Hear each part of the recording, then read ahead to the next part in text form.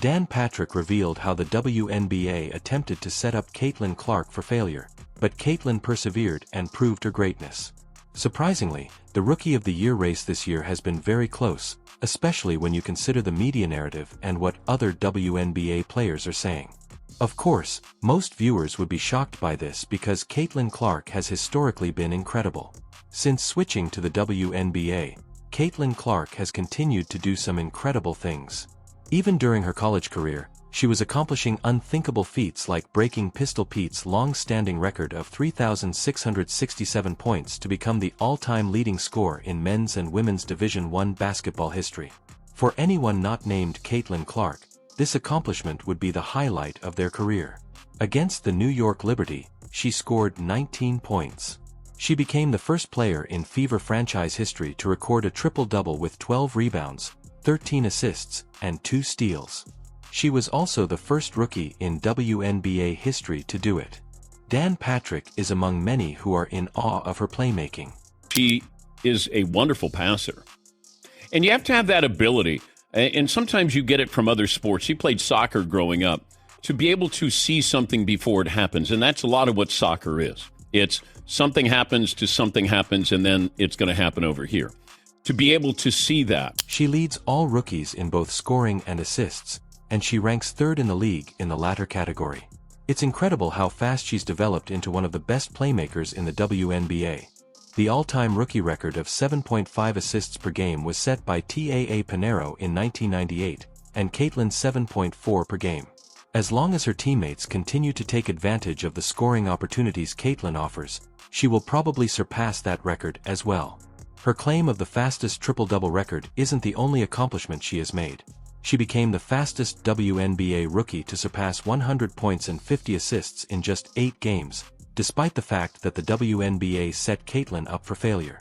WNBA tried to capitalize on her popularity and crammed a lot of games in over a short amount of time, playing against the best teams in the WNBA.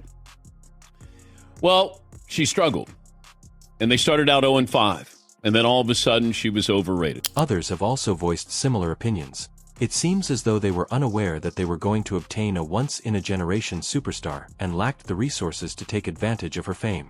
They knew a year out she could be the #1 pick. They give her the toughest schedule, early schedule in the league over any other team. And remember, the Indiana Fever were the worst team. So she comes in, they start 1-8, they put nothing but quality veteran teams that had been in the playoffs. Terrible start. But since then, Caitlin has proven herself, rallying her team and gradually moving up the ranks despite their sluggish start. Additionally, Caitlin is the 4th rookie with 50 points in WNBA history. It's safe to say that Caitlin Clark's game has translated to the WNBA because she recorded 10 rebounds and 10 assists in her first 3 games. What makes this even more remarkable is her level of competition. She did this while playing against teams like the Sun and Liberty, and she did it while receiving the most attention a player has ever received. This has even led to some cheap shots and dirty tricks, but it seems like the opposing team is doing everything in their power to stop Caitlin from shining. Despite all of these achievements though, it's almost as if Caitlin is scrutinized for being great. Some contend that Caitlin was meant to do all of these things. That's what makes her so amazing, so in some strange logic, it's just not as impressive.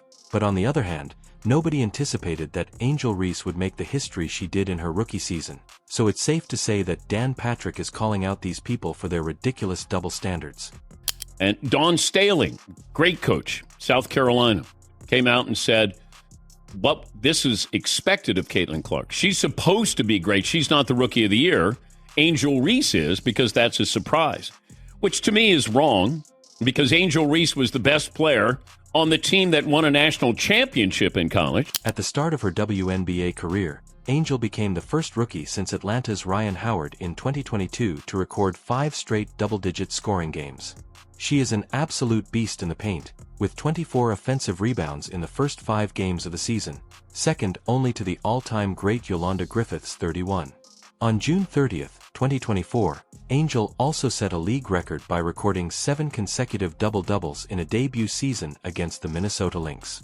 Due to her issues, Reese shattered Candace Parker's record and set a new WNBA record of 10 straight double-doubles in a single season. Angel set the new WNBA record of 13 consecutive double-doubles on July 7th, shortly after being voted Rookie of the Month in June. Some even think this is more amazing than Caitlin's triple-double.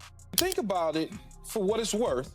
It seems to me it's harder to go 13 straight double-doubles than it is to have a triple-double. I agree with when that. When you're shooting the basketball, Yeah. it's 17 shots for her last game for Caitlin Clark. 17 shots. 3 of 12 from 3. 3 of 12 from 3. 12 of those shots were threes attempted. But this focus on the double-double is precisely the reason Jason Whitlock thinks the WNBA is involved in a dubious activity. Unbelievable.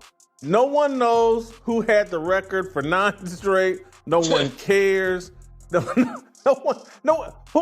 has the record even in the NBA? Do we have any clue who's had the most consecutive double-doubles? It's a distinction. It's not a record. They're trying to draw a box score person. He contends that the EWNBA is making a concerted effort to downplay Caitlin's achievements in order to highlight other players. It seems like the WNBA is making every effort to develop alternative narratives. Everyone knows that Caitlin is guaranteed to win Rookie of the Year, but by emphasizing Angel's achievements, you can change the narrative. In fact, Colin Cowherd thinks that Caitlin isn't receiving as much credit as she deserves because her game is getting better every week along with her shooting and turnovers, so focusing on her poor performances seems to be part of some people's agendas and narrative. With Caitlin Clark, and if you look at her numbers, in the last 10 games, she's not only good, she's getting better. As she's catching up to the speed, she's getting much better, much more quickly. So it's one of those things. I will support quarterbacks who are highly productive and throw some picks. CU further supports Dan Patrick's earlier claim that the WNBA put Caitlin up for failure from the start, and that some people are now using the standings to argue that Angel should win the award instead of Caitlin despite their different levels of competition. All season, BC. My Rookie of the Year is going to go based on the standing. Okay. Because I think that is how you have the opportunity to measure impact. And the sky's right above them. And the Sky right now are in the playoffs, so you'd have to give the nod in my mind to Angel Reese. Look, the double-double streak that she's rocking and rolling, chasing down, 12 double-doubles to start is the record. However, Monica McNutt should go on record to state that Caitlin deserves the prize because the Angel Chicago Sky are now ahead of her in the standings. If she didn't, she would appear hypocritical. Now, if you ask the fans, they obviously have their opinions set, and Caitlin is so far ahead that nobody can touch her. Top All-Star voting totals from last season to this season shows just that. So, Asia Wilson was the top vote getter in 2023 with nearly 100,000 votes. This season, Clark and her Fever teammate, Aaliyah Boston, finished first and second with 700,000 and 618,000 respectively in fan. There has been a lot of support from other WNBA players for Angel to win the award. It seems like they are jealous and don't want Caitlin to shine. It's even worse when you see Angel's team actively working to help her win the double-doubles. It seems like the public knows the game better than the majority of the media and even some vets. Let's play the clip of Angel Reese in this historic moment, keeping her double-double streak alive.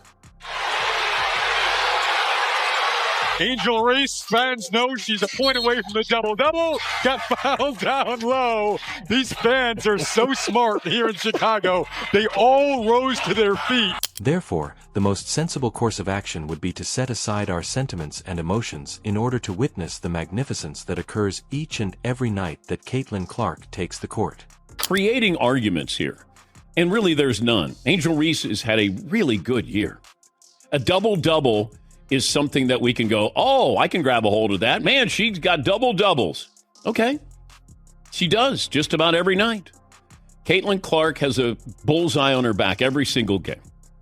You must stop her. Caitlin has consistently gone above and beyond expectations even with that target on her back.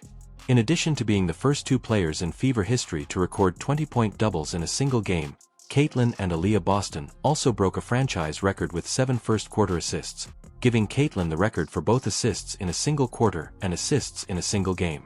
Through her first 24 games, Clyn has tied her own franchise assist record 4 times, and it will only be a matter of time before she permanently breaks that 13-assist record in a short period of time. Despite the WNBA's best efforts to disseminate false information about Caitlin, everyone understands that she will go down as one of the greatest players of all time. I don't think you look at Chicago and go, boy, if we stop Angel Reese, we're going to win. And that's why this is a silly argument. Caitlin Clark is the Rookie of the Year. Angel Reese is a wonderful player. Absolutely. Plays hard, both ends. She's not Rookie of the Year. Regarding the Rookie of the Year debate, there isn't one because Caitlin Clark won the award during that time. However, we have seen media narratives that deny the legitimate winner their prize, so hopefully that doesn't occur in this case, as it would be a terrible look for the league and a major blow to women's basketball globally.